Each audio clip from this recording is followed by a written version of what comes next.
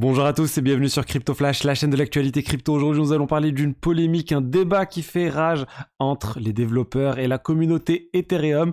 Je vous parle de tout ça dans un instant, mais aussi on va parler de plein d'autres choses, de Memecoin encore, sur BNB, sur Bitgate aussi avec un Memecoin. Je vais vous parler des airdrops, pas mal d'airdrops aussi en ce moment. On va aussi parler du volume des exchanges crypto. Je vais vous parler de Frax et de Cosmos et de plein d'autres sujets.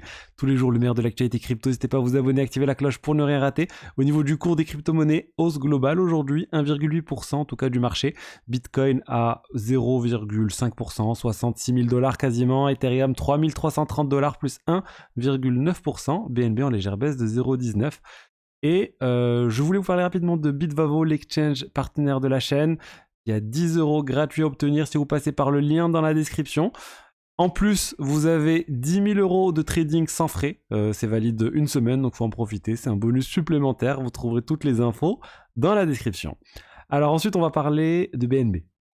BNB qui veut se construire un écosystème de memecoin. Ils sont en train de voir Solana, Base avec plein de memecoins et ils se disent nous aussi il nous faut des memecoins, il nous faut notre saison des memecoins à nous et du coup ils ont lancé une campagne où ils vont offrir 1 million de $ pour la création de memecoin. Alors c'est bien sûr conditionné avec plein de choses, il faut qu'il y ait un certain volume de trading, il faut qu'il y ait un certain nombre de holders au memecoin et s'il y a plus de 30 milliards de dollars de volume de trading global sur la période, alors ils vont offrir 1 million de $ au premier, ils vont offrir 1 million de $ sur cette campagne, ça va être réparti en 3-4 projets. Le second va avoir 30%, le premier 40%, le troisième 15%. Mais bon, honnêtement, je trouve ça un peu bizarre parce que je me dis, si jamais il y a un memecoin qui arrive à avoir autant de volume, autant de holders, etc., 1 million de $, ça sera négligeable pour l'équipe. Mais je pense que l'idée là, c'est surtout de pousser à la création de memecoin.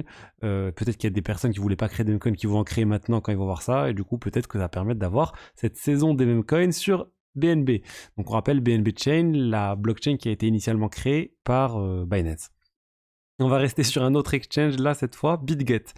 Bitgate, ils viennent eux aussi ils viennent de lancer un memecoin. Honnêtement, la première fois que je vois un exchange lancer un memecoin, Bitgate, ils ont lancé le memecoin qui s'appelle Mao, je sais pas comment ça se prononce d'ailleurs. Je crois que c'est une mauvaise écriture de Mao, donc le miaulement pour venir un peu faire comme les divers memecoins où ils écrivent mal en fait un certain nombre de choses.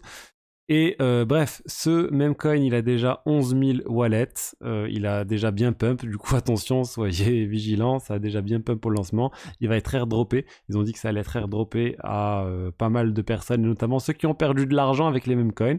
Donc je vous invite à voir le compte Twitter de Bitgate Wallet où ils expliquent tout ça. Et voilà, encore un memecoin, c'est vraiment la tendance du moment.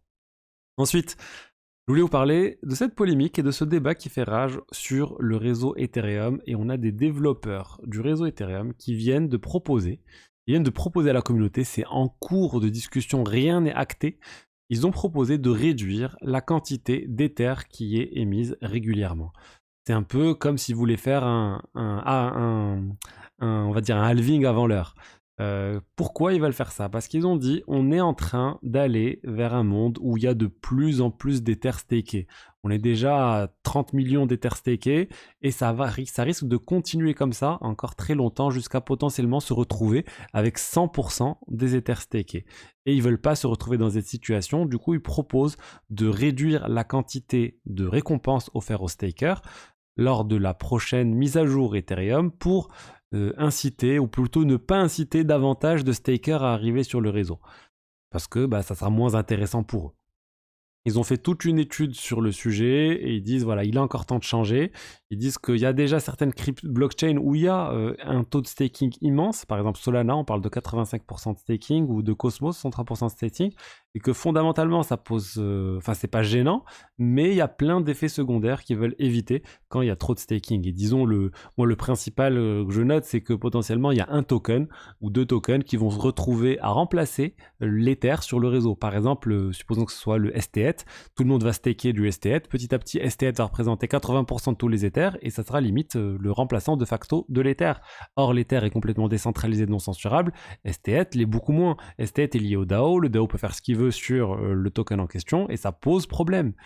Et voilà, c'est ce qu'ils veulent éviter. En tout cas, ça n'a pas encore été, largement, il n'y a pas de consensus global sur cette proposition. Il y a des gens qui sont contre, des gens qui sont pour, des gens qui disent que c'est la seule solution pour préserver la nature décentralisée de l'Ether, d'autres qui disent non, c'est pas normal de pouvoir changer la politique monétaire de l'Ether comme ça. La dernière fois que ça a eu lieu, c'était en 2019, donc c'était il y a 5 ans. Et le fait de continuer à modifier cette politique monétaire montre en fait qu'il y a un certain caractère pas centralisé, mais en tout cas, les développeurs ne seraient pas neutres et ils seraient en train de changer un peu tout ça comme ils veulent et c'est pas bon pour le réseau Ethereum. Donc on va voir ce qui va se passer. Rien n'est acté comme je l'ai dit. Je vais vous tenir au courant de cette mise à jour. Si jamais ça passe, c'est une bonne nouvelle pour l'Ether parce que ça voudrait dire qu'il va y avoir moins d'Ether générés, mais sur le long terme, ça risque d'être mal perçu. Et encore une fois, on va dire les développeurs changent tout ce qu'ils veulent sur l'Ether, ils font ce qu'ils veulent. Mais on rappelle, si ça passe vraiment, ça veut dire qu'il y aura un consensus global au niveau des développeurs, mais aussi plus largement au niveau de la communauté pour mettre à jour les nœuds, mettre à jour les logiciels qui font tourner le réseau Ethereum. Ensuite, on va parler d'airdrop. Il y a eu des airdrops là récemment. On a eu Ethena et leur token ENA qui a été airdroppé. Ça a pas mal augmenté d'ailleurs depuis le lancement. On a une hausse de 41%. Ça a commencé autour de 0,5 même, je crois, au listing. Là, on est à 1. Environ 1, donc ça a pas mal augmenté. Ethena qui ont leur stablecoin, ils disent pas que c'est un stablecoin, mais qui offre un très haut rendement. C'est assez étrange ce qu'ils font, ils shortent en même temps qu'ils possèdent un token donné et ça permet d'avoir un rendement élevé dans les conditions économiques actuelles, mais ça risque de changer et les gens ont peur quand ça va changer. Est-ce que ça va pas créer un nouveau Luna par exemple? En tout cas, c'est en train de prendre de l'ampleur ce jeton. Et on a l'autre airdrop qui est Wormhole. Wormhole, le bridge, a réalisé son airdrop aussi. Là, on est en légère baisse par rapport au listing, mais voilà, rien de choquant. Et c'était un très très gros airdrop Wormhole. Ensuite, je voulais vous parler du volume des exchanges crypto qui a doublé sur le mois de mars. On vient d'atteindre 2500 milliards de dollars. Presque 2500 milliards de dollars. C'est la première fois qu'on atteint ce niveau depuis novembre 2021. Alors, c'est pas le plus haut. Le plus haut historique, c'était mai 2021 avec 4200 milliards de dollars. Mais ça reste quand même à des niveaux très élevés. Vous pouvez voir par rapport à février, c'est vraiment beaucoup plus. On était autour de 1000 milliards en février. Et en mars, on passe à 2400 milliards de dollars. Alors, qui a le plus de volume? Je pense que vous en doutez. C'est Binance. Ils ont 40% du volume de trading sur le mois de mars.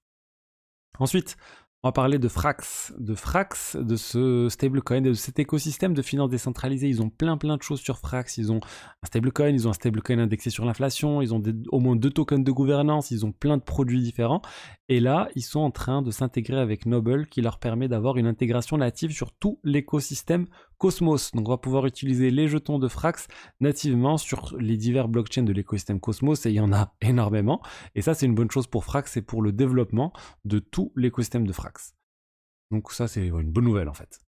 Le stablecoin Frax était initialement pensé pour être en partie, on va dire, collatéralisé et en partie algorithmique, un peu comme le Luna UST, mais ils se sont petit à petit éloignés de tout ça. Ils sont en train de viser là le 100% backé par du collatéral. Je sais plus où ils en sont, mais ils étaient à plus de 80% et je pense qu'ils doivent se rapprocher des 100 actuellement parce que ça a fait peur à tout le monde, toute l'affaire Luna UST avec l'effondrement du stablecoin. Là, on va dire, le pire qui pouvait arriver, c'était un effondrement de, 80%, quelque chose, enfin plutôt 20%, mais là, on doit avoir déjà beaucoup moins de risques sur tout cet écosystème. Voilà ce que je voulais vous dire aujourd'hui sur les diverses actualités crypto du jour. J'espère que le contenu vous a plu. Si c'est le cas, n'hésitez pas à liker, à commenter, à vous abonner. Et je vous dis à demain pour la suite. Au revoir.